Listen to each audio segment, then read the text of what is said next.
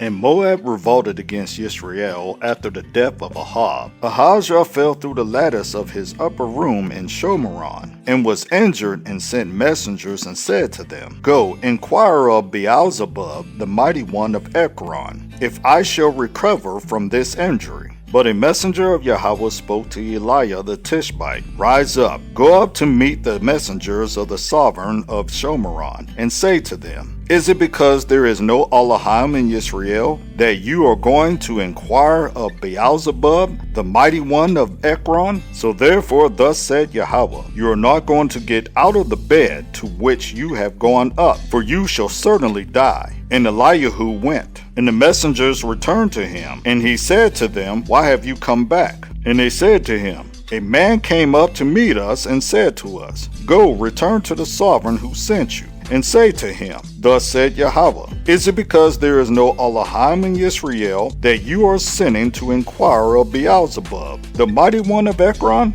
Therefore you are not going to get out of the bed to which you have gone up, for you shall certainly die. And he said to them, What was the man like who came up to meet you and spoke to you these words? And they answered him, He was a hairy man, and wore a leather girdle around his waist. And he said, It is Eliah the Tishbite. He then sent to him a captain of 50 with his 50 men. And he went up to him, and see, he was sitting on top of a hill. And he spoke to him, Man of Elohim, the sovereign has said, Come down. And Elihu answered and said to the captain of 50, And if I am a man of Elohim, let fire come down from the Shamaim, and consume you and your 50 men. And fire came down from the Shamaim, and consumed him and his 50. He then sent another captain of 50 with his 50 men to him. And he answered and said to him, Man of Elohim, this is what the sovereign said, Come down at once. And Eliah answered and said to them, If I am a man of Elohim,